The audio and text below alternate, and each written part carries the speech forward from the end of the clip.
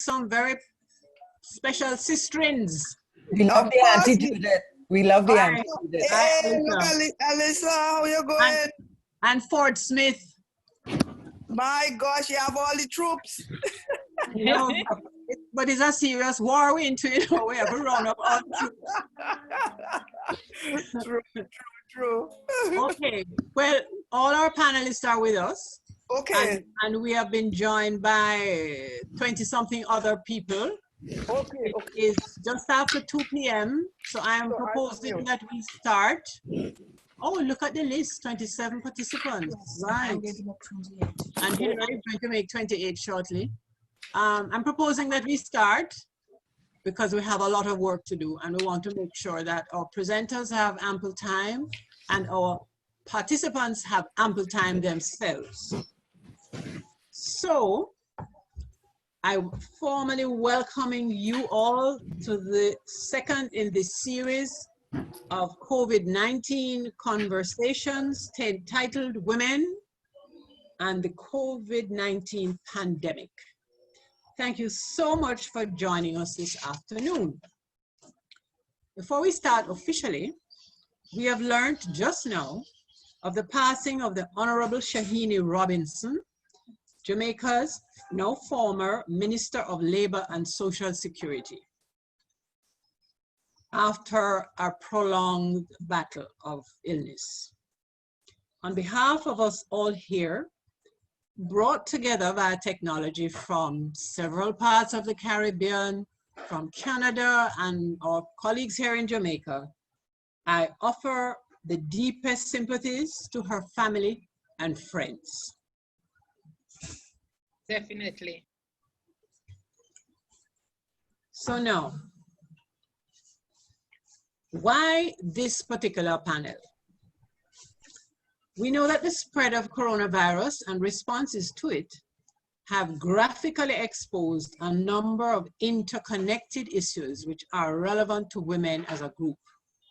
We are therefore required, I think, to ask a number of questions as the idea of quote unquote reopening the economy and getting back to work is firmly now on the agenda. Two of the many key questions I think we must ask are: one, was what existed before problematic? And does it remain the appropriate way to go forward? When main sectors of the economy were shut down, did the household economy also shut down? Gender-sensitive analysis shows us how the household economy did not shut down, has not shut down, but it certainly has become more difficult to manage as a result of COVID-19. Research locally and globally confirms that managing the household economy is a task that disproportionately falls to women and girls. So we encourage our audience to ask questions and make recommendations via chat or raise your hand in response not only to these questions, but to reflect also on the issues that our eminent panel of 4 wonderful women are going to make. We have amongst us Lana Finkin, representing Groots in Jamaica. Groots advocates for women's involvement in the building of safe, clean homes and communities. Shirley Pryce, she's president of the Jamaica Household Workers Union, provides training and advocacy for domestic workers, both women and men, around rights, health and safety at the workplace, and struggling for a decent work agenda. Susanne Uter. Susanne is the secretary of the Jamaica Network of Rural Women Producers. She grows vegetables and plantains and some organic products in St. Elizabeth. Shawna Stewart from We Change, which is a community-based feminist organization which advocates for the rights and concerns of women from the LGBTQ community for all women and girls. Amongst us, we have discussed 3 main questions, and I will pose the questions one at a time. The presenters will have a first round at answering those questions, and then we will move to questions 2 and 3. In conversations with our panelists, we asked that the first time around, they maintain their presentation to about 5 minutes length so that we have enough time to take all the questions and to have a robust conversation at the end of at least 20 or 25 minutes. So here is the first question. And we're going to ask Shirley Pryce from the Household Workers Union to start. From your perspective, what are the main experiences and concerns of the women in your sector at this time? Shirley? Yes, good evening, everyone. Yes, the COVID-19 pandemic has made life so more difficult for domestic workers. The workforce before domestic workers was already incredible, insecure, and vulnerable. So the corona crisis combined with the economic crisis are increasing, it had increasing pressure on domestic workers. Some of the issues domestic workers face is that they are sent home from work without pay, and that is from March. And even now, domestic workers are not back at work. Some of them are not back at work. Some cannot work simply because they have to take their children, they have to stay with their children because school is closed. The living domestic worker complain that they are denied their days off because the employers don't want them to go out on the road and to come back in. So they are working prolonged, long hours. And with every workload, because the children now are home and they are doing like a double task. No personal protection, they don't have. They are exposed to higher chemical because the employers want them to use strong bleach. They don't want them to dilute it. And it is a strain on domestic worker because they're unable to pay their bills. They can't buy food. They're unable to provide basic necessities for their family. You have prices are increasing rapidly. Things like detergent and sanitizer, soap are those things which is essential. They can afford to buy it. Food prices, increase, and they're right now, they cannot even have a balanced diet because they cannot afford food right now. So as domestic workers goes, most time they're living pay by pay, each week by week, hand to mouth. They did not prepare for this norm. And it causing us stress and domestic worker and the union, on a whole, because everybody is coming to the union now and we are not able to, we don't have the resources to provide for all the domestic workers that are coming to us. So that's a challenge we're having. Thank you, Shirley.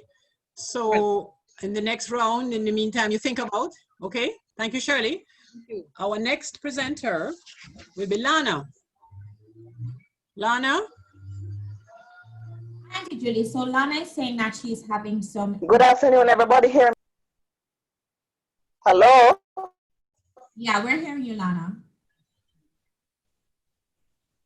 Okay, for me, the women that I work with are from St. Thomas, Clarendon, Kingston and St. Andrew and St. Catherine. And most of them are farmers or plain women who are out there working in their communities, struggling to make ends meet. So the COVID-19 have impacted them severely, but although that have happened to them, they have not rolled over and played dead. They have been working and using the tools that they have been taught.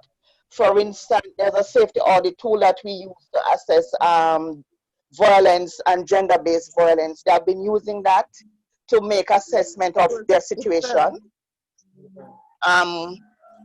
They have been doing stuff with their local authorities, the municipality council, their counselor, churches, the police, etc.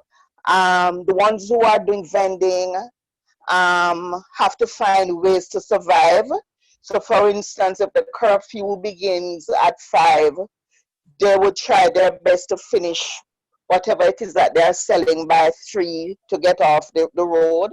The ones who are in Canaanites who are doing whatever work they're doing in the market, etc., and working with their counselors, they have to do whatever it is that they have to do to get off the road.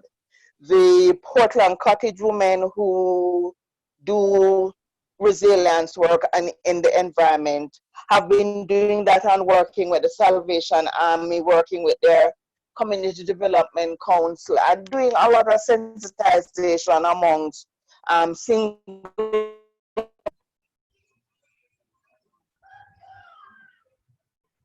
Hi, Lana, you just dropped, so we haven't heard As well. So we didn't hear the last 2 sentences you just mentioned. So if you could just repeat for us, please. I'm not hearing you guys now. Basically, what is happening that the women are finding ways to survive, and not just surviving for themselves, but helping other women inside of their community to cope and to identify who domestic violence have reared its head more, and working with the police, working with counselors, guidance counselors or counselors within their community to deal with those issues, and really being at the front of this COVID-19 and working. You hearing me? Yes, I can hear you, Lana. Right. So basically, they're out there doing stuff. Some are making masks. Some are pulling the farmers in St. Thomas and other places are pulling their ground provision together, and some are using it to make care packages for the disabled and the elderly within. Lana, we just... And they're the price that they want, but they are still trying to survive in this time. Thank you.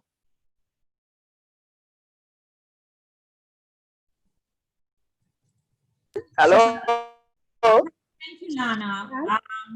Auntie Judy? Yes, can hear you. Susanne Uter from the Jamaica Network of Rural Women Producers. We saw you earlier on. Where are you, Susanne? I am here, Miss Wedderburn. Are you hearing me? Yes, I am. Is everybody else hearing her? Are you hearing her, Shante? Yes, I am. Okay, good. Go ahead, Susanne. Okay. The challenges of our women in agriculture are not because of the COVID-19 pandemic, but have been provoked by its presence. The burden of the female has increased since the pandemic, in that the children are now at home, and so the female farmer has to prepare more meals for the family. She has to supervise the children, and as such, there's less time for her to spend in the field. The curfew protocol has also reduced the time that is spent in the field, because you know the days are much shorter. Lack of technology for the children and to teach the children is also a challenge. None of us had prepared for this pandemic, and so these challenges are numerous. There is a longer waiting time to gain access to medical care for our elderly and for the sick members in our family. The ongoing drought is a challenge. The lack of or the loss of income due to family members losing their jobs is a challenge, and so we are challenged to find food for the family, in that there is more persons to feed on less income. members are also having challenges to pay their light bills because, you know, there's now less income to work with. And these are the challenges that our women in our organization is facing. Okay, Susanne, thank you very much. And finally, Shawna from We Change. Go ahead, Shawna. Okay, I'm going to be sharing a PowerPoint with some information. Sente? Yes, you should be able to share now. So, Can? yeah. Okay, so good afternoon, everyone. I'm Shawna. I'm from We Change. And let me put play from start. Okay. So earlier in early April, we changed along with the other members of the Equality Group network, that's JFLAG, Transwave, Equality Youth. We put together a survey that we shared with persons in Jamaica, asking them how they're being impacted by the coronavirus, just to get an idea of how we can support or the kinds of support that they need. So I'm going to be sharing with you a bit of that. All right.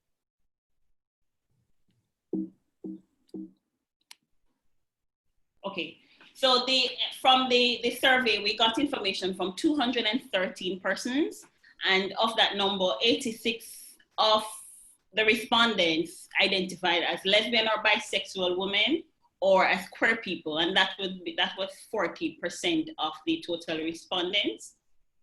And these are their ages. We had 51% between the ages of 25 and 34, and 36% between the ages of 18 and 24, and 13% between the ages, well, over 35. This thing here. Okay, these are the breakdown by parishes. Just a second. So the majority of the persons who responded to our survey reside, or they're from Kingston and St. Andrew, with 20% from persons residing in St. Catherine, and that should be 21% persons residing in St. James. And other parishes that were represented in the survey were Manchester, St. Elizabeth, Hanover, Trelawney, Clarendon, and Portland. While the majority of the persons who responded did not identify as member of another marginalized group, 5 of them said they were sex workers, and 2 persons who responded to the survey said they had issues with mental health. 1 person is a person living with HIV, and 2 persons are homeless or displaced.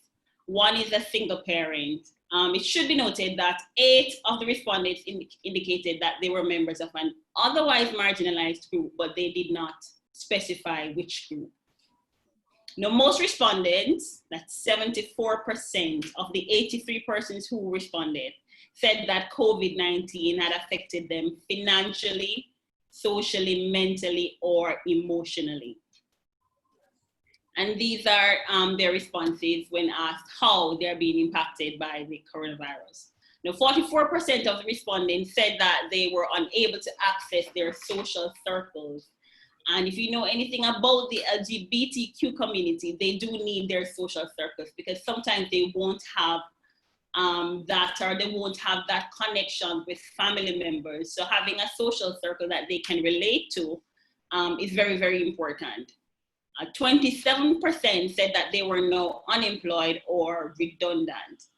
And I'm going to be sharing something later about some phone calls that I would have gotten from persons who said that they were laid off from their work and they were now at home with family members who made it difficult for them to just exist. 26% said that they were unable to pay rent and purchase groceries. 23% said that they were unable to travel for work. 22% said that they were unable to access healthcare and medication. and 10 respondents said that they were forced to live with family members who are not LGBTQ friendly. And the remaining 6 persons said that they are now more vulnerable to violence and or abuse.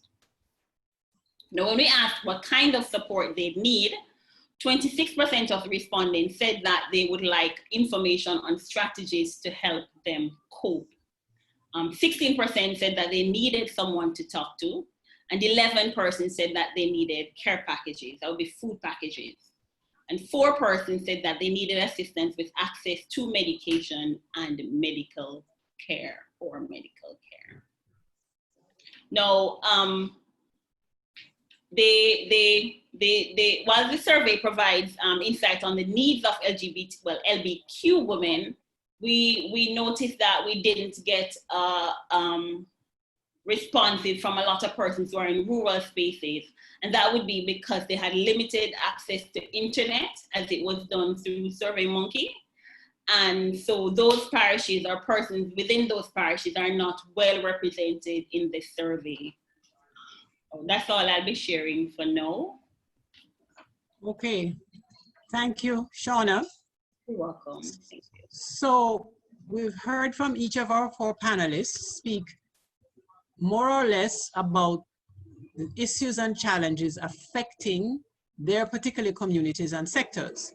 We can recognize that there are many similarities across the board, and also highlight in some areas where the impact of the virus is really more severe than in other cases, and including the impact on children. So those were the general concerns.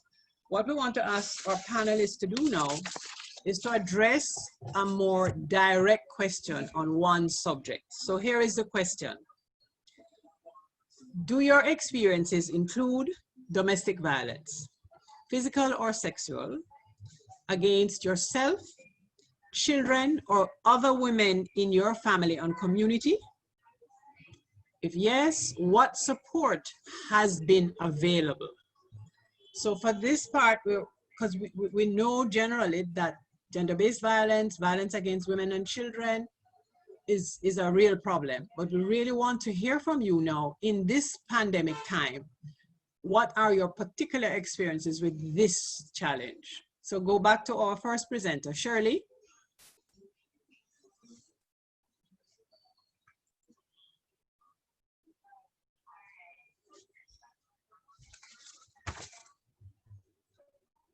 Shirley? Shirley. Hello? Yes. Hello? Go ahead, Shirley. You heard me now? Okay. Domestic violence has increased, and it's because of the forced coexistence, the overcrowding and limited space, you know, that exists right now. Fortunately for us in our union, we have not had any report in recent times. Even though we haven't had a report of domestic violence, and we know it's there. Just before the COVID, we had 2 sessions and domestic violence reaching 8 parishes. And so we educate domestic workers and domestic violence, and so domestic workers kind of know how to respond. Some of them how to respond, how to handle the situation if it arises. And we have been doing this for over the years now, but just recent we started doing it again with the help from the International Domestic Workers Federation. You know, we were tasked to go around the island to do same. And I would say that we work very closely with Women Inc. and Navlet Grant, also, you know, former Commissioner of Police, Assistant Commissioner of Police, with the Bureau of Gender Affairs. And we have been educating domestic workers, so we really don't have any complaint recent. Nevertheless, you know, we know that it is a scourge and we need to work to eliminate same. Thank you. And so thank you, Susanne. Lana. Well, the women for us have they have identified DV more frequent than before. What they have done is that they put a support group in place, and via WhatsApp they have been reaching out to each other. For the women who they have identified around DV, they have worked out codes with them. So for instance,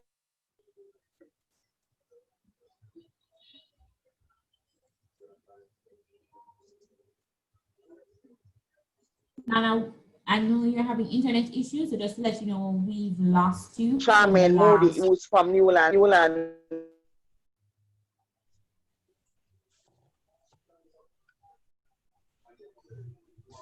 Lana, you're in and out, so we haven't heard anything that you've said beside Moody. Would it help if she took that picture off the screen? Moody, right? No one did today. It wouldn't help.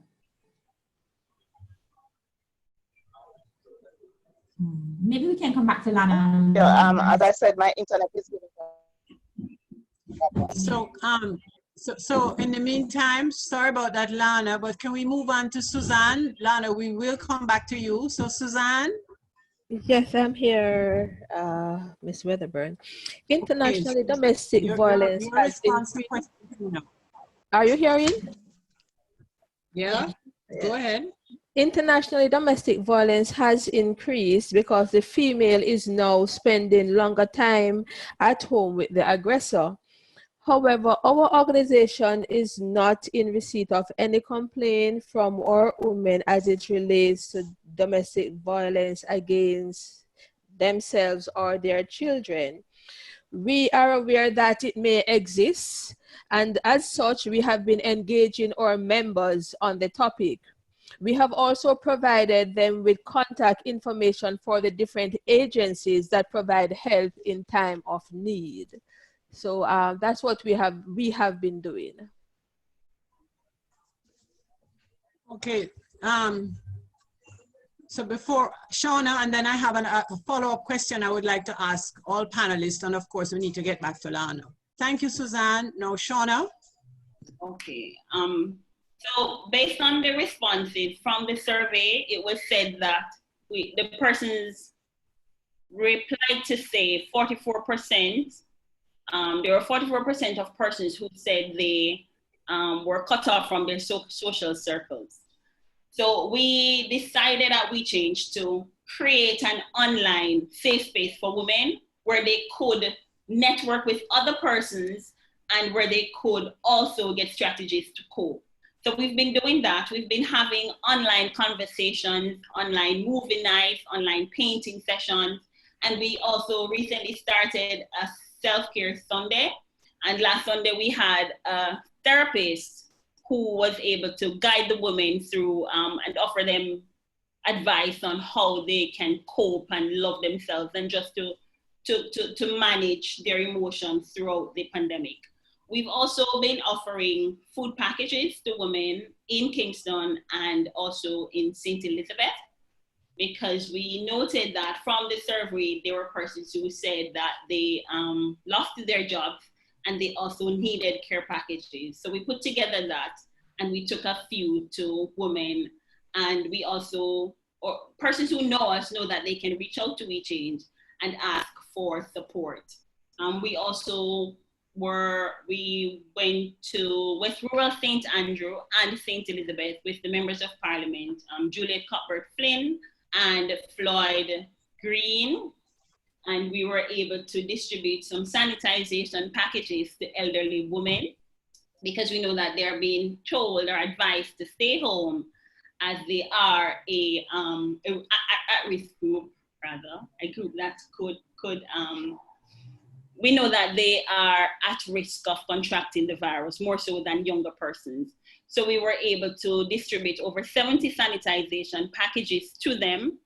And that is something that we're going to be continuing. and also the food packages. We're going to be continuing that because we know that persons are still in need of support. A lot of LBQ women, they work in the creative industries, and a lot of them also work in the BPO sector, and they have been told to stay home. There was one mother who called. She has 2 children that she has to take care of, and she called us to say she lost her job as a security guard, and it was very difficult for her to feed her children because her mother and her brothers know that she identifies as a lesbian, and they don't want to take care of her or support her in any way. So she has been having challenges with caring for herself and for her children. There were also several other persons who called to say they're stuck at home with family because they lost their jobs and they have to move back to Kingston or move back home to live with family members who were not supportive of them. And finding food was difficult because the family was not giving them food. So we have to be, we're always on the lookout for persons who need our support, and we've asked persons who know of LBQ women who need support to reach out to We Change, and we see how best we can support them, because we know that they're not getting support from their members of parliament, and it is difficult in the family space. Okay, thank you, Shawna. Lana, do you think you can hear a little better? I'll try again. Have anything to add? You have a couple of minutes. Yeah, just to say that the women have been doing coping skills. They have been part of the safety audit, and they know about DVD and what to do. So they have been sharing those skills and working with other stakeholders within the community, as well as the guidance council for fraternity in Newland. I know the same thing happening in Canaanite. So basically, and they work across the parishes to assist each other and get information and to the relevant persons and just work with them basically. And give care packages, that kind of stuff to persons who are in need. Okay, Lana, thank you very much. So I think we might not take a break, but we've had 2 rounds, 2 questions, and in respect of the gender-based violence, it is instructive that our presenter said generally they know it's happening, but they haven't had any reports.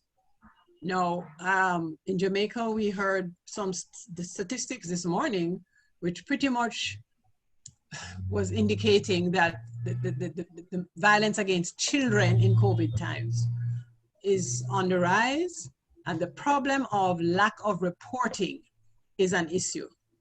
So before I want to open the space to our friends who are with us. But before I do that, I'm asking the 4 presenters just to briefly tell us, share with us from their experience, why is it maybe the GBV is happening when people are under quarantine in close spaces? Why are we not getting the reports? What is your view? I want to go ahead with that. Yeah. As women are at home and their main focus right now is to survive, that is to ensure that they have food, to ensure that they're able to care for their children. They're not reporting the violence against them as they would before. I remember reading some reports from Italy and an African country. I don't quite remember the name right now, but they were saying that the number of reports that they were getting prior to COVID was way more than what they're getting now. And they're not getting it now because women are at home and their main focus right now is to care for their family and provide basic needs, food, shelter, clothing. So they are not so much focusing on the intimate partner violence. Mm-hmm. So they're not reporting it, whether or not it's happening. Right. Okay. Any Lana or Shirley or Susanne, any comments? For me, yeah. Okay, go ahead.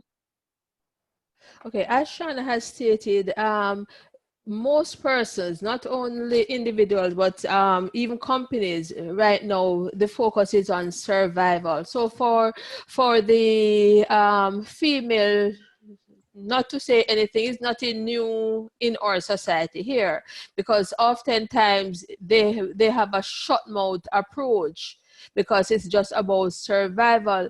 Until we educate and engage our women, we will not see a change in this behavior. Yes, I agree too. This is Shirley speaking now. Hello? Auntie Judy, you hearing me? Yes, go ahead, Shirley. Yes, yes. I think this all of this lack of reporting also is out of fear. It's out of fear. The woman is fearful of the partner, you know, fear that he will not support them, fear that they will get put out of the house. Fear is really fear, lot of fear. That so the lack of reporting is caused because of fear. They're very fearful of their lives. In the past months, we know that there's a lot of killing, you know, with men killing women and all of that. So it's lack of fear. That's what I would say. Why we have less reporting. Less reporting. Lana, your comments on that quickly. Quickly. For me, yes, I agree that there's fear and the woman is survival mode.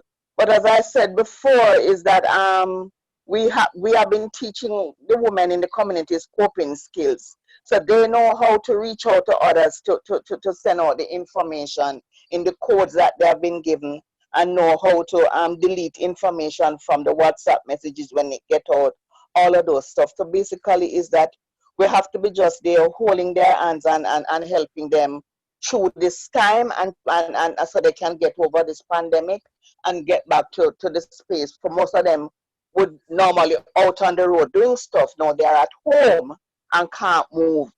Furthermore, the curfew even put them in a more difficult situation, basically. So I agree. Okay, Lana, thank you. So we've heard from each, the presenter from each sector. I'm going to ask us to bear those in mind, and I'm going to invite the floor to ask your questions. Any questions for the panel about any of the issues that have come up before we move to the third question, which is going to focus on recommendations going forward. So before we get to that, I'm inviting our friends who are with us online to address questions, concerns to any of our panelists. Or you may put it in the chat if you want to write it, or you may put your hand up and I'll look for it and recognize you. Who wants to go?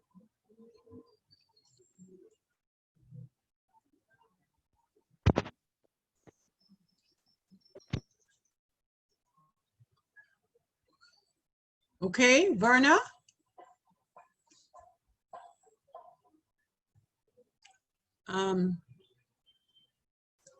Hello? I think that might be an accident. She muted, so. Good afternoon. Verna, okay. Go ahead, Penny Lynn. Good afternoon, everyone. I'm from Bermuda. I was invited to join your group, and I'm finding it very, very interesting. We also have the same problem here in Bermuda. It's very hard for some families, and people are donating food, they're doing food packages and everything. So I really have to agree with all of you. This is just worldwide.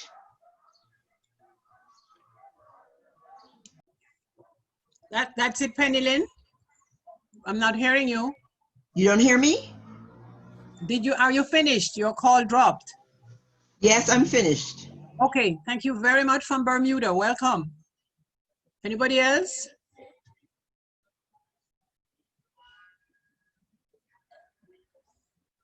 Yes, good afternoon. My name is Joy Martin. Yes, from Guyana. From where? Guyana.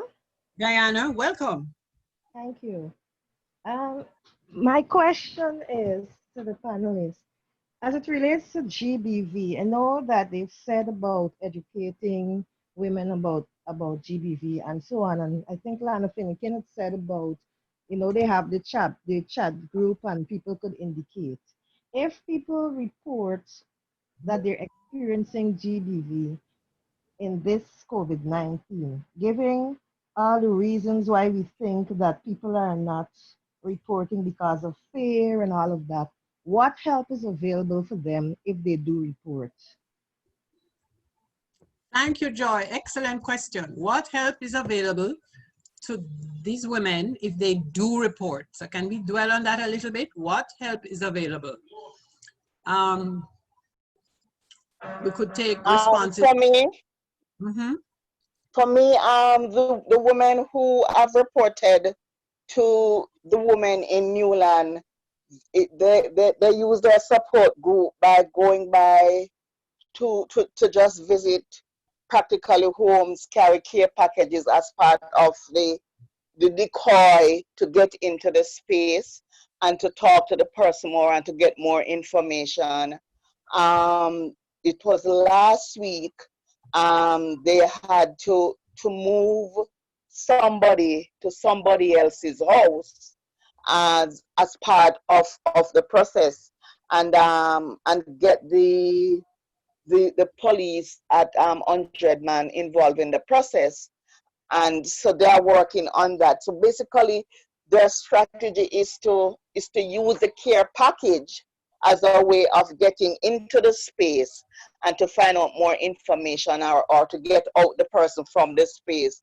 And there are 6 women who volunteer their home to be a holding area until things are better and they can sort out whatever it is. So thank you, Lana, but I think what Joy might have been wanting to know is what help is available. So clearly the women in Solidarity are working with each other and they've figured out their strategies, but perhaps you said the police get involved. If the report is made to the police, as it's supposed to be, can you share with us what support they get in that space? Oh, the police will go by the home and warn the gentleman that if it continues, whatever it is, they will come back, they will lock him up. And they are scared, most of them are scared because they don't want to go into the jail because the COVID and scared, and they use the COVID as a way of telling them that if you go into that space, you will be now locked up with other persons within a cell where 10 of you are in that cell. And what is going to happen? It's best for you to be here at home with your kids and your girlfriend or your baby mother or whatever it is, in a space that you can sit outside and be more convenient to you, and warn him. And if anything doesn't happen or it reoccur, then that is when the women, like last week, move out the lady from the space and they take him to 100 man, have him there for a couple nights and then send him back home. And so basically it's trying to deal with the situation in a way that it doesn't escalate the problem more, but at the same time try to mitigate and to ensure that they understand that we are in a pandemic, and if you don't abide by rules and regulation, this is what is going to happen. And I'm sure you don't want to die. You don't want your kids to die, all of that kind of stuff, basically. And that is how the women keep on reporting and say they are trying to ensure that women don't get more beat up or whatever. So I'm going to read one. And also, Shirley, quickly. Go ahead, Shirley. Also, there is a hotline at Woman Inc. and a shelter for women who is experiencing domestic violence. You know, you have the counseling, there. You have the hotline who they can reach out to, and you have the shelter there, you know, that they can go to. Okay, Shirley, thank you. So I want to read something from our chat. Excellent. From Honor. No. So Esther sent sorry first, but Jeraine, hold on a little. Jeraine, can you hear me? And then Esther, Jeraine, can you raise your issue, please? Oh, and not an issue as much as thanks. Question? And I have a quick question to find out if there was anything that looked at healthcare issues that may have arisen through COVID-19. So if there was any look at particularly sexual reproductive health, including abortions that may have changed during COVID-19, because we spoke a bit about mental health. I'm just wondering about reproductive health. And also if there were any specific questions that may have addressed issues for trans women. Well, before any of our panelists respond, I know that one in the series of our panels is going to look specifically at women's rights, under which the health, I believe, may come. I don't know for sure, but let's hear what our panelists say. Shirley, Shawna, Susanne, you want to respond to Joreen? That's her specific question about whether healthcare issues and matters like the problem with abortions have been raised in this time in any greater extent, any more concerns about those? Sure. Re-abortion, we haven't gotten any persons reporting to us or querying with us or calling us, asking us about that during this period specifically. But as it relates to trans women, they have been calling. So we have a hotline that persons can call into if they need to either just talk to someone or advice on what to do, or if they also need support. There are a few psychologists that are on board. They have offered their services free of cost to persons who may need therapy during this period. And they have extended it for 3 months. So they'll be offering free mental health, free therapy for 3 months.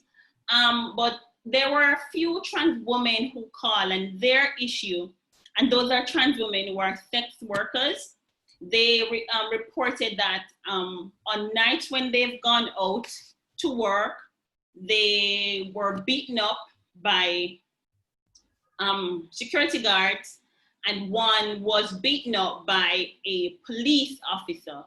And they have been trying to make reports and trying to go to the police station to identify the person who abused them. And there was a report that was in the Star, I believe it was last week, concerning that issue.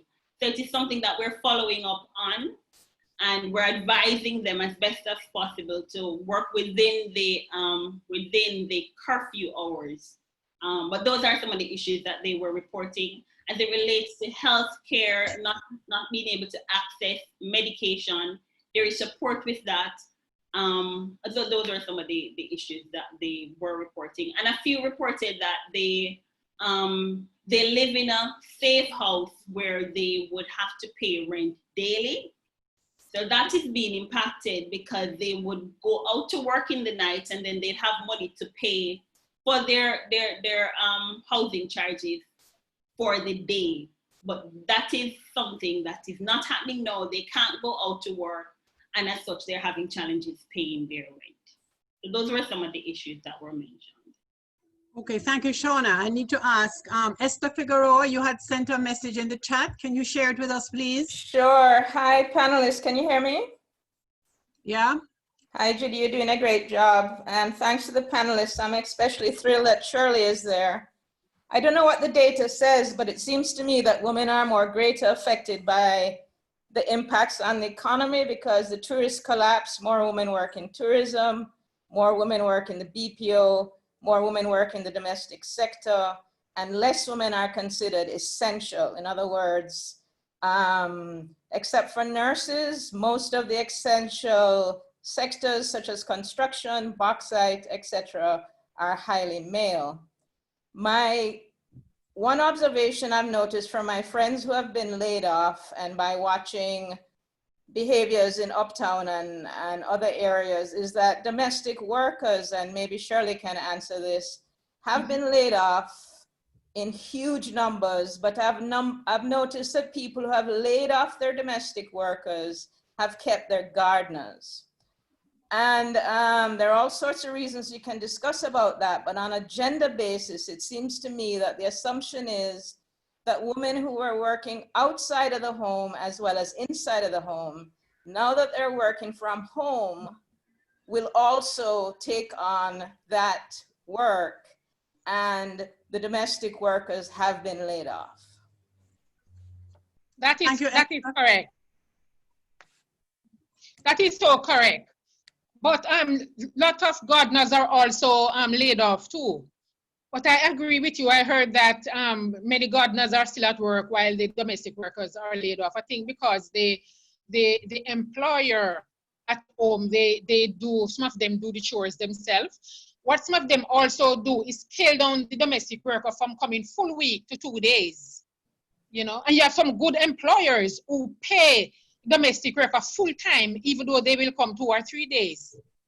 You know, and you have some employers who, even though they are sent home from work and still being paid, they still send home their domestic workers. You know, so and I always say that domestic workers are essential workers. And just like you have the supermarket attendant and all those, domestic workers are also essential workers. And I don't know why they keep on lefting domestic workers behind, but it's true.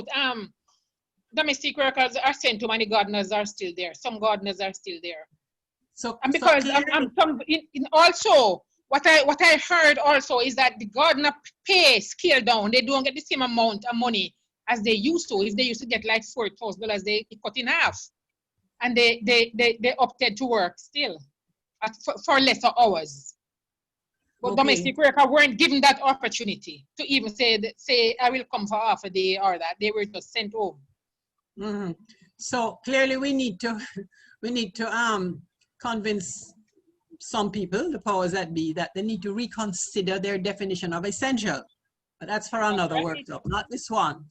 I want us now to, it seems to me though that coming out of this conversation, an interesting piece of research could be done to actually see how many domestic workers across sectors, across communities were laid off, and the impact that has had on them and their children.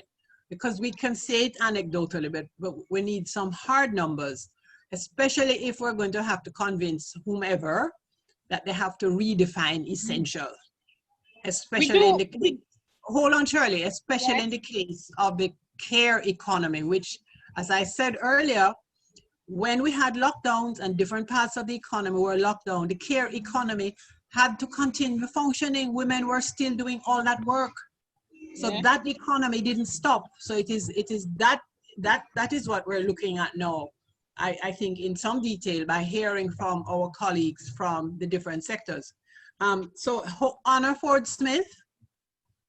Honor, I saw your message in the chat. You want to raise the question, please? Okay, can you hear me? Yeah. Okay, so my question is, I'm looking for it. It was long ago. It was a question related to intimate partner violence that we heard about earlier this year. Earlier this year, we read about terrifying incidents of intimate partner violence, which often resulted in deaths in Jamaica. I wondered how this was being addressed, or if this was being addressed by organizations on the ground. And I also wondered how the COVID situation has affected that issue and the way in which people are speaking out against it. Okay, and can I just add to what Honor said? Thank you. Is what both We Change and Lana referred to their efforts, including providing safe spaces wherever available, where the women knew in a particular community, for women that they knew were subjected to violence, maybe intimate partner violence, and to congratulate them for that and make the point that that is happening in the absence of shelters for women in crisis. There is only one on the island run by Women Inc., an NGO. For years, the country has been waiting on other shelters for women to have been provided by government, and they have not materialized. So that's an issue that needs to be addressed. But coming out of this, we need to move on, but I want us to really think more seriously about, in COVID-19 times, how do women cope with intimate partner violence? They can't get out, they're living in fear. Lana spoke about creating a process in which the women working in this particular area had codes that each other would recommend and understand, and they use the care package as a way of getting into a community and into a household to find out. So in the absence of more shelters available to women and their children, is it then that such safe spaces are become critical for women working on the ground when they are aware of other women facing intimate partner violence? That's just a question I want to throw out there.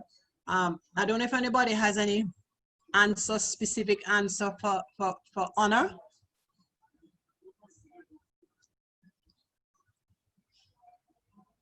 I mean, in addition to what you've said already, the actual problem of intimate partner violence.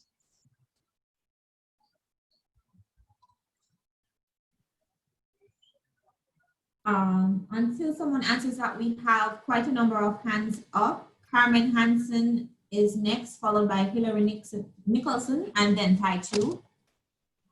Okay, can you, yes, Carmen, then Hilary, then Taitu. Go ahead, Carmen. Yes, good evening, everybody. Hi, Carmen. I think women now are in a position where they are contemplating committing suicide. Just about a week ago, a woman texted my phone to say she's going to kill herself. Anyway, I couldn't find any pastor because of the churches that were closed nearby. So I had to call the police. So I think the media should also publish the numbers for these mental health organizations so that people can have numbers available to them to assist other women. Mm. Thank you, Carmen. And then who was the next one, Shantae? Next one is Hilary Nicholson. Hilary? Oh, okay. 2 points I want to make. One is Hilary, you're very low. Could you speak into your microphone? Speak louder. One relates to domestic violence. Can't hear. The other is a comment to follow up on the. Hilary, they're not hearing you. Is your mic up? Okay, you're unmuted now, Hilary. Let's hear. Start again. Sorry, I thought I had unmuted myself. My apologies. 2 points I wanted to make. One is about Judy. One is about domestic violence, intimate partner violence, and the other point is following up from Esther Figueroa's very interesting comment about the reliance on women to do the work that used to be done by household workers. First of all, in relation to intimate partner violence, I do not have a solution. I heard, Judy, you wanted us to come up with solutions. Clearly, more organizations need somehow to find the stamina to do what We Change does, which is phenomenal. The huge problem that we face at the moment is that all forms of gender-based violence, and particular intimate partner violence, are drastically underreported in normal circumstances. One of the main reasons is for fear of retaliation and threats from the abuser himself or his family. Right now, when women are holed up, they cannot get away from the abuser because they're at home and he is at home. The there is almost no possibility to safely report intimate partner violence. And so to expect us to have data now on intimate partner violence is unrealistic, and it'll take a while to be able to get it because of the fear levels. And the other thing is that under normal circumstances, women might be able to get out of their community, away from the abuser, and go to a police station that is not necessarily in their community, or go to a church or a pastor. All of those social institutions and public institutions are closed. So it's extremely difficult. And this is why we need to find the stamina to do massive lobbying that the decades and decades of promising for shelters that we've heard from PNP and JLP that have just been promises, not just years and years, but decades and decades of promises, and we still don't have those shelters. So we have every reason to say that it is utterly critical right now. The other thing is that we as organizations need to do more about letting women know that there are CISOCA, that's the Center for the Investigation of Sexual Offenses and Child Abuse, that there are, which is part of the police response to domestic violence and child abuse. There are CISOCA stations in several parishes. There are police stations with CISOCA units in several parishes. And there needs to be much more public education on the phone numbers for those. In addition, in Kingston, 2 police stations. One is in the Constant Spring area, and the other is in the Ligony area, that's Kingston 6 area, have special domestic violence units, but very few women know about those. So that's information we've got to get out there. And I want to move quickly now over to the other point that I wanted to make, which is following up on what Esther said. Women, whether they are lower middle class, upper middle class, whatever, who have been working women with the ability to employ a helper. Many grassroots women, when they're working, employ a domestic, a household worker to help them out maybe 1 day a week, 1 day a fortnight. More well-off women might employ a household worker full-time. All of those household workers have lost, most of them have lost their employment. Most of them have been sent home with very little money.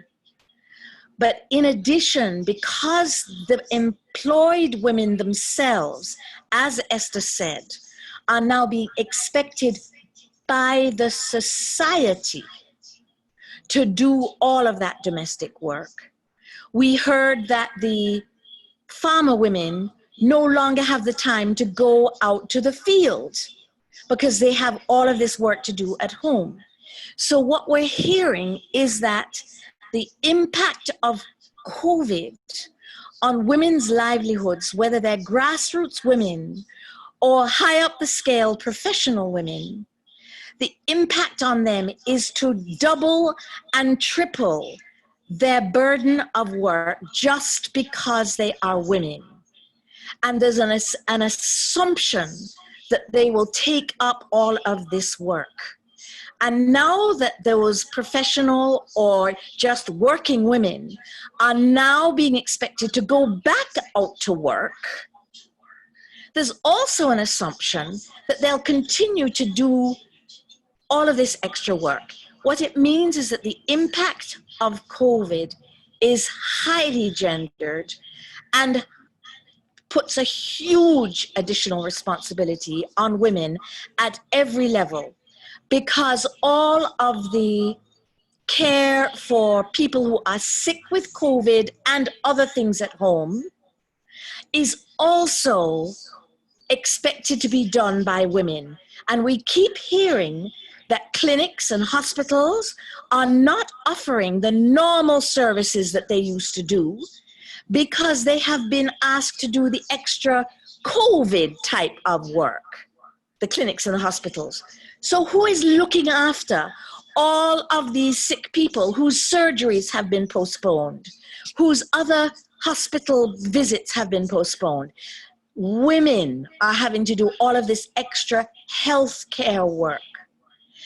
And so, sorry I've taken a long time. So to wrap it up, what I'm saying is that a recent brainstorming we did in WMW Jamaica, it is absolutely critical that all of the discussions at the level of government and task force who are talking about opening up the economy, we need to have a gendered perspective in all the discussions about how to open up the economy, go back to work, expect women whose responsibilities have been doubled and tripled by COVID. Thank you for listening. I apologize for being long. I wanted us, Hilary made some things very, very clear, but I want us to go back to a question I saw from Rosina about domestic workers and whether they had been considered by the government in the raft of care programs that was made available, some financial stipends that was made available to a number of different people, women and men. Shirley? Shirley? Okay, Shirley's not answering us. No, I'm here, I'm here. Yes, can you very briefly, yes, Shirley, just tell us what has happened with your appeal to the government for support for domestic workers? Okay, the care packages came out different sections, and the domestic workers were asked to apply for the set cash. But for them to get the set cash, they have to pay via NIS contributor. Not many domestic workers are NIS contributors, or if they do pay NIS, they pay it on their own. Some employers pay it, and it's because of access. The domestic worker used to pay their NIS at the post office, which they would just go easily and pay for a year or 6 months. Now the government move it to the tax office. So when you go to the tax office, it's like 2 days, 3 days, you know, and everybody can give account for that. You cannot go to the tax office and get you for a day. So the paying of the NIS, it gets less and less, or getting less and less. What has happened now that they have to apply, the next one that they should apply for was the compassionate grant, which is the one-time $10,000. We started to domestic workers don't have access to go online because you have to apply online. One domestic worker said to me, "Miss Shirley, only line me know is clothesline. I don't know no other line besides clothesline." So we at the union, you know, started to apply for them. But by the time we started, the system get jammed and it was shut down. So domestic worker did not get to apply for those funding. So what we are doing now, we are in dialogue with the Minister of Finance, asking that they do something special for domestic workers. Of course, you know, he has been communicating with us and working with us to send him a list, which we are working on to get help for domestic workers. Thank you, Shirley. Now, we have one more question.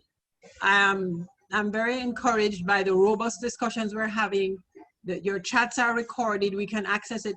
We can access it afterwards. But finally, now we're going to ask our presenters to answer one last question. What are your recommendations to the government going forward, knowing that COVID-19 will be around for some time? What support would be most useful and practical for yourself, your members, and your family? So can we want to be able to identify concrete recommendations which we know is coming as a result of your experiences, and either as a community worker like Lana and with Groots, or sisters in wheat chain, or sisters in the agricultural sector, or household workers. So Shirley, you just spoke, so let us give you a breath. Susanne, we haven't heard from you a long time. Can you take that one first? Thank you. What specific recommendations you would want to make for women in rural work, farmers? Okay. Our organization would want to recommend to the government and or the private sector that we empower our women through public policy and programs in order for them to gain economic sustainability. Ladies are not lazy. We just need a helping hand to pull us up or to open a door for us to enter. So in saying all of that, we need access to land via land lease or sale agreements. We need access to funds via grant or a revolving loan scheme. We need access to best practices via a mentorship program.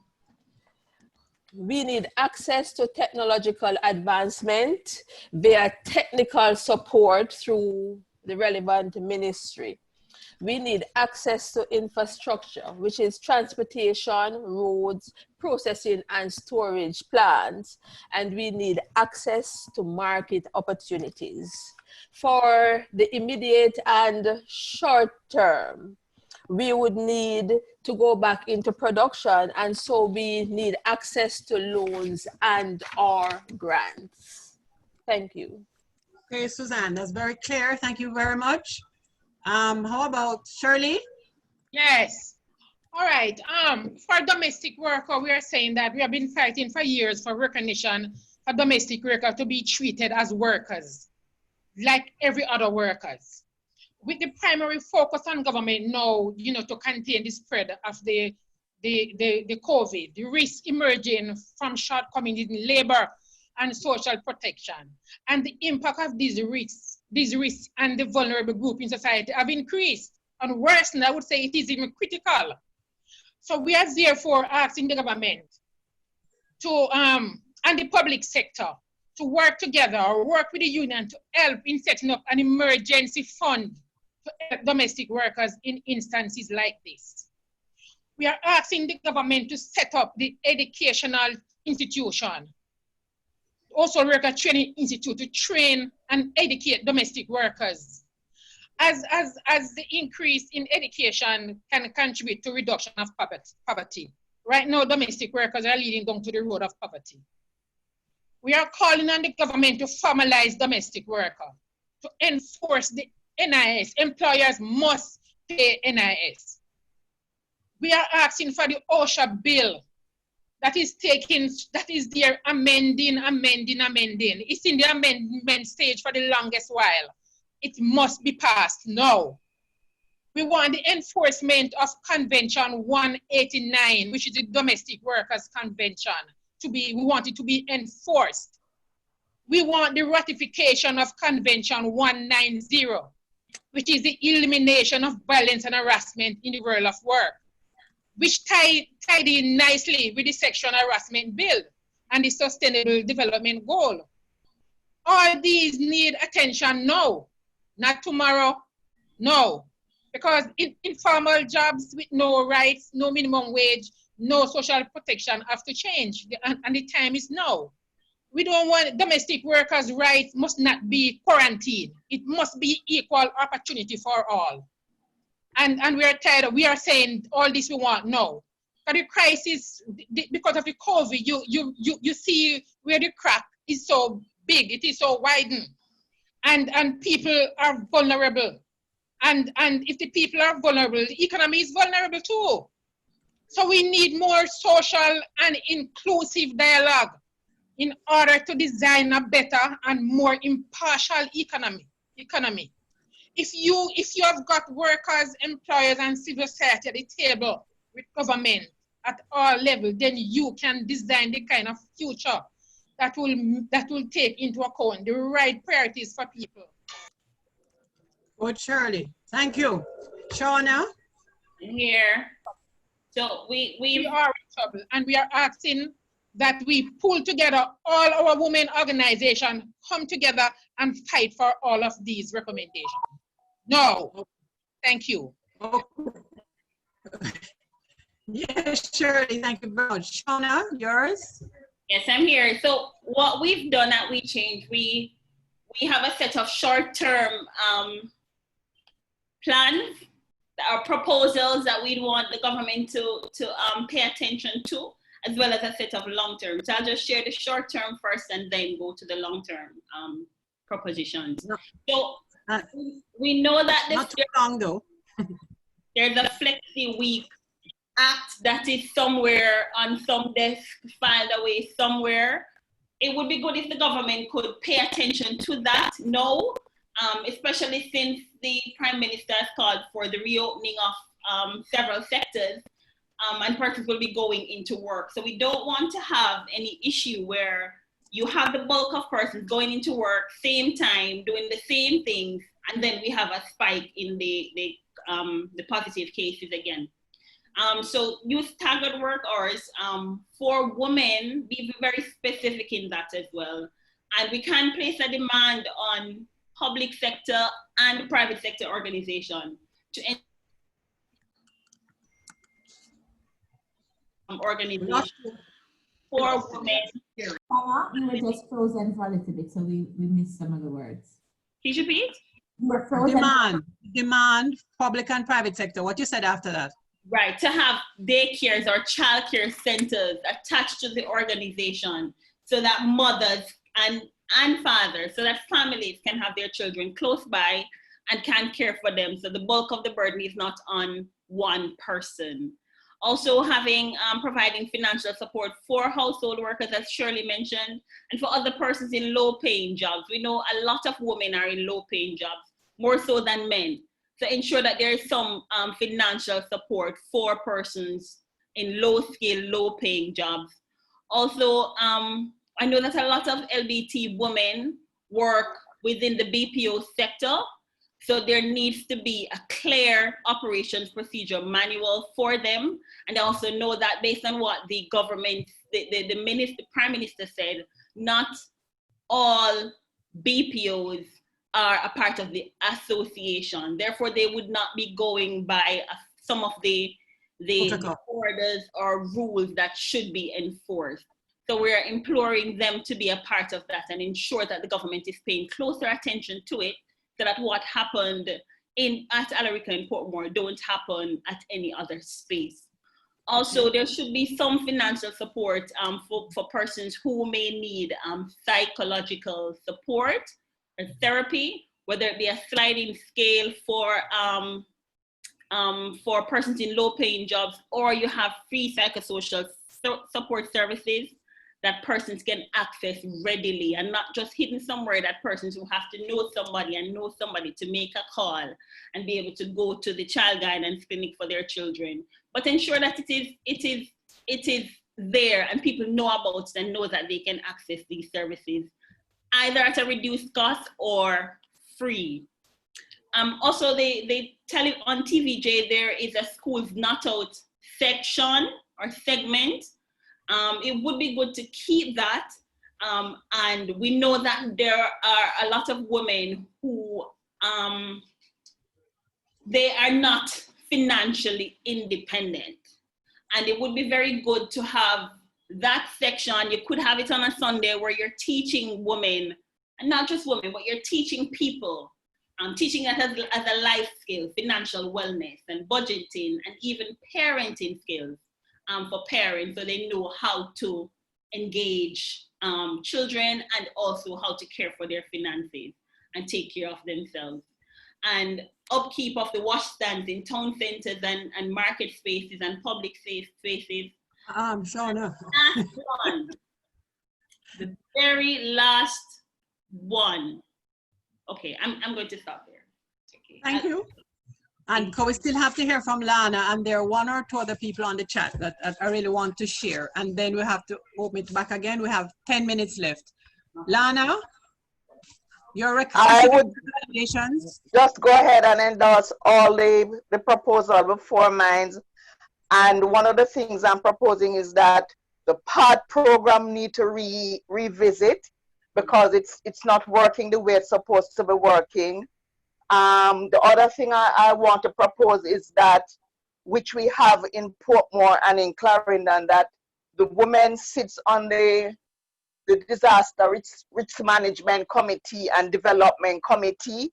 I would like to see that across the 14 parishes, because they're integral into making sure that whatever plan for each city is done or each space is done, they are included in that process. And because they were sitting on the disaster risk management committee, they were able to encourage and to be part of the process in the care packages and the planning and all of the things that were going on in those spaces.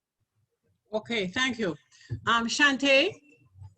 Yes, ma'am. Can you just check to see if Taitu still has a question? Taitu, Maziki, Val, and Nadine still have it. Say that again. Taitu, Maziki, Val, and Nadine. I would love to make, let's see how many of those we can get. I'd love to make a quick point as well. Shirley can go ahead. I'm coming after Shirley. All right. Yes, I just want to say that we have, I must say this, that we have reached out, the union have reached out to some employers, that the domestic worker gave us some names, and we called them and asked them if, why they send the domestic worker home, if they can take them back. And so some of the employers really take back the domestic workers. Some call them in and give them some money, some cash, after we intervene. And we also have done a survey with the University of the West Indies. They're now putting it together, so we don't know the outcome as yet, but it will be out shortly.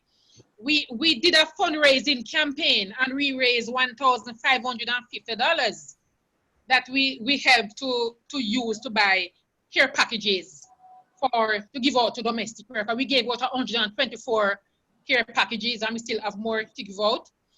We also have been lobbying for some funds where we want to give domestic workers some cash to pay fare or to pay their rent and all of that. And our International Domestic Workers Federation, our mother company, are reaching out to us and say they want to help us, in that. So we, all is not lost. The Lam and Lynch Foundation, the Bureau of Gender for the Poor. Shirley. Shirley. Yes? Shirley. I'm sorry. Thank I need you. to pick a couple more people up. So the order is, keep us right on the order, Shante. Taitu, go ahead, please.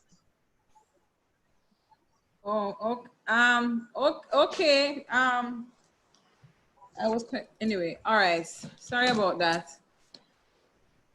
My concern is the various points that are being raised. How do we bring all the points together and include accountability and responsibility by the state to respond? Because what I can see potentially happening is NGO fatigue, coupled with the fact that some of the very issues that we're raising, some persons who work in the NGO sector are also having those symptoms themselves. I took it very seriously when Carmen Hanson had made the point about the possibility of suicide and the extent to which mental health is a really serious thing. So there's a way in which I think we need to make a much stronger connection between mental health, gender-based violence, the stresses of care work, the challenges in employment, as Shirley had pointed out, to come up with a kind of a multi-pronged approach and impress upon the state that there really is need for them to do more, to be more accountable, particularly in areas where there are institutions and departments and agencies that have that kind of responsibility. So I just think that we need to find a way to strategically push some of the weight that women have been carrying towards the responsibility and accountability of the state, because really and truly, I don't think that there's so much that the NGO sector can hold and do. And definitely it's not a time where women can carry the whole half the sky, to paraphrase, to use that phrase. I'll leave it there for now. That's kind of where I was heading. And so the general question would be, what are some of the engagements that some of the NGO actors that spoke about have been having with the state, and therefore can we capitalize on some of those engagements and networks that are already existing with the state? Good, thank you, Taitu. What I do know is that our friends in WeChange have assured me that we can access the recommendations that have been made both in our chat and recommendations that have come from our presenters. And we will, with the objective of looking at all of them together, because there are some issues that have attracted several recommendations. So that is step one, to put that together in a format from which we can see clearly the most urgent ones, etc. I am taking very seriously your comment about holding the state accountable, because over the years that responsibility has gotten less and less. Yeah. And my concern is that post-COVID, so the state has responded by finding the money, yes, for some people who are living on the edge and did need $10,000 just to get them through 1 month. So the question then, to support your view, is that all we are expecting of the state? Stipends in this crisis time? And I think the clear answer is no. But I agree with you, we need to put together a multi-pronged approach based on the recommendations from all our friends here today. And of course, there are research findings too that can support those as well and come up with what you're calling a multi-pronged approach. So thank you very much, Taitu. Next person, Shante. Maziki. Huh? Maziki. I'm not hearing you. Oh, Maziki. Yes. Hi, Maziki, welcome. Hi, everyone, thanks. I don't have a recommendation, but I want to pick up on this idea of the intersecting stresses that women are faced with, and the idea that we should think through the conditions of women. I heard Susanne Uter say in the beginning that, you know, farmers are now faced with COVID-19, having to teach their children, and drought. And one of the things that puzzles me is around this question of water and its availability in Jamaica. I wonder whether it is considered an important issue that should be politicized, and whether it is that people are mobilizing around access to water in the various organizations that they're working in. Thank you, Maziki. Anybody else? We have exactly 3 minutes left. I will take it on advisement, Maziki, and include it in the list of things that we would like to see to address afterwards. I believe in the series that is going to follow, the business of water and sanitation is likely to be a topic all on by itself. So we will keep in touch on that one. Is that okay? Sure, sure. All right, the next person, Shante, after Maziki, it was? Val Carnegie. Val Carnegie, briefly, please. Hi, Val. Hello, hello. I will try to be brief. Just to endorse all of the recommendations, to thank for organizing the panel, WeChange, and everybody who has contributed. Quickly, I don't want to have this seem like I want to take the emphasis off of the state, which I do not. I mean, I think that all of the recommendations in relation to that are important and should be followed through. However, one of the things that strikes me just living in Kingston in this time of COVID is the way in which the sharing economy has worked. People are you know, more I think than normal, you know, bringing mangoes for people, finding ways of supporting each other by sharing. And a few weeks ago, and Shirley Pryce mentioned it again, that they did a fundraiser for the Domestic Workers Association. I mean, I think putting out that information is important, but I think, again, and continuing to, but I think also, can civil society groups systematically look for opportunities to propel the sharing economy by encouraging, you know, this is mango season. Plenty of people who live uptown have mango tree with mango a drop. If they can collect basketfuls of mangoes, if they can't collect things that grow in their yard, then they might be willing to contribute canned goods or whatever. So in other words, finding ways of distributing. I mean, I'm concerned that uptown people have less and less contact, and more so in this COVID time, but in general these days, with the other side of town. And surely civil society organizations, church organizations, and so on can help to connect through these tangibly. Oh, okay, Val, my gut response is that to refer to a comment somebody said earlier on about civil society groups, NGOs, women's organizations are already suffering burnout. So, but your suggestion is taken, and we will make a note of it. Thank you. Who next, Shante?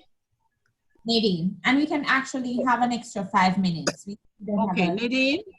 Okay, so I want to say, you know, this was such a good session, and thanks for everybody who participated and signed up. Next week, we're going to be dealing with education, and we're going to be looking at the big matter of the digital divide and other issues in that with Carl Narcisse as the chair. But I also wanted to say that while we were talking, one of the things I was doing was just reaching out to the Minister of Finance and kind of recording some of the issues that we were addressing, and he's agreed to meet with us tomorrow morning at 11 a.m. for those who are able to sign up. Of course, I'll have We Change do a Zoom, and we do an 11 a.m. tomorrow morning with the Minister of Finance, where some of these issues and the women who spoke here, particular to those things related to finance and the care packages and so on, can be addressed. On Monday, we're arranging some other meetings, including with the BPO and with the president of the PSOJ, where we can put these issues directly before the industry leaders and ask for what we want directly. And I also agree with Lynette's assertion here that we really need to get the women's movement up and organized so that we can continue to lobby. I don't think that we ought to do these things ourselves, but I think we really should hold the people who are responsible for fulfilling some of these obligations accountable. And including matters of water, and what are the, and I think we have a session on water, which is going to be chaired by Indy McClymont, and issues of sustainable livelihoods. And we also have another session on health as human rights, which is going to be chaired by Lynette, where we're going to address some of the other issues that were mentioned earlier today. So I think that my own response is that one of the things we need to do is to speak directly to the people who are responsible for the particular areas and the people who we want to hold accountable, and to get them in a room, and in this case it's a Zoom room, that's fine, and to say these are our asks, these are the things we want, and then whether they deliver or not, we hold them accountable. So I think that out of this can come many things, and as the person sitting on the Economic Recovery Task Force who is supposed to be there on behalf of women, there are a number of things that I've been trying to make sure that the issues are raised, including the issue of childcare when we go back to work, domestic workers having a protocol to go back to work, just generally matters of more substantive work of the Economic Recovery Task Force beyond protocols and setting up the economy and so on. But I think that certainly the women's sector needs to be organized in a much better fashion beyond We Change, and women getting organized and getting their voices out there. And the last thing I'd say, I think our gender minister is on the paper, the front page of one of the dailies today. I think it's today. And her concern is with reopening sports. And I think that's something that we ought to turn our attention to first and foremost. Thank you, Nadine. On point as usual. And as I close our extremely robust and dynamic session, I'm really thanking everybody sincerely for their intervene. Can we hear a last word from the panelists in terms of everything that had been said in the last? I know it's Who is this? Maziki. Who is this? It's Maziki. Oh, Maziki. Maziki, that's an hour and a half of talking, no, you know. Just 5 minutes. Do our panelists have that time? One sentence. Okay, one sentence. Yes, I agree. Okay, go ahead. One sentence, everybody. Yes. Maziki wants to hear. Yes, I would say that I've been saying this for years. We need to hold the government, the state accountable. And we're not asking them for a favor, it's our rights. And when we get people to know that it's our rights, then we will move on, because most times we think we are begging them a favor I beg you this, please, that it's our right. We need to be firm, say it is my right. We're not begging you anything, it is due to us. So we need to stand for that. Yay, thank you, Shirley. Yay. Lana? And Shirley, and we need to say all blessings and powerhouse session today. I'm now more than ever energized. And I agree with Nadine. We need to hold everybody accountable and need to just keep them on them toes and get things done. Yes. Thank you. Susanne? Thank you, Ms. Wedderburn. It is known globally that our women are the primary caregivers of our children and our elderly population. We need to be empowered to carry out this role, and we need to hold the government accountable. We often hear of the money that is available there and wherever else, but it never filters down to the women. Thank you, Susanne. And Shawna? I'm echoing one sentence. I'm echoing everything the others said. We know what to do. We know where to take our conversation. So we have to stop being talkers now and get into action. This is action mode. And as Shirley said, the government owe it to us. So we have to ensure that we're putting our voices forward, ensuring that they're doing what they're supposed to be doing. Okay, thank you, Shawna. And finally, to follow up on that, the women's sector comprising NGOs, CSOs across sectors, rural, urban.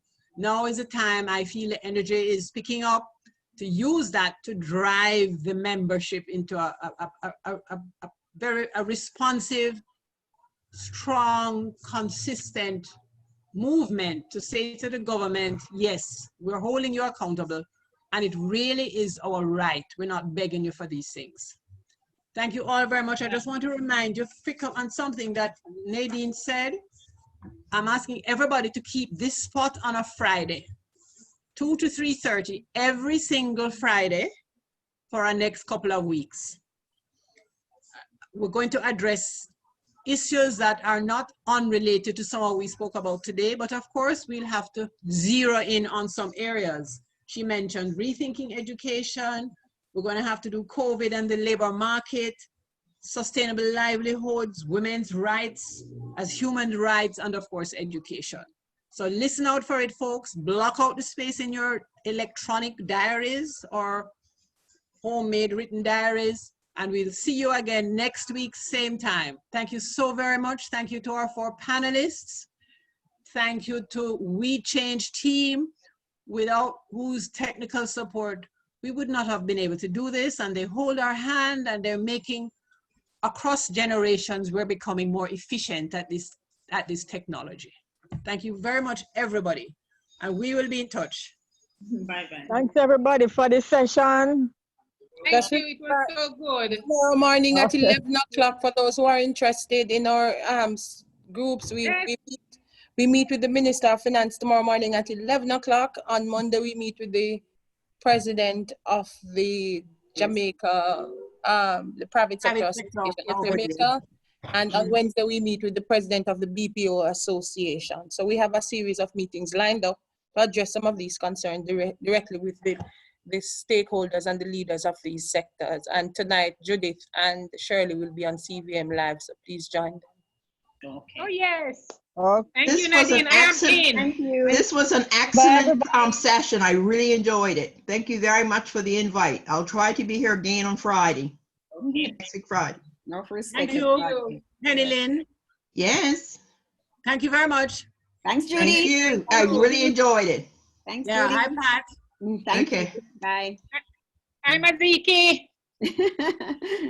We don't even want to offer the call, so we're happy to see so many people. Awesome. Bye. Awesome, ladies. Thanks Thank for you the so recording, much. Shawna. Thanks for the recording. I'm going to listen now. You're welcome, Patricia.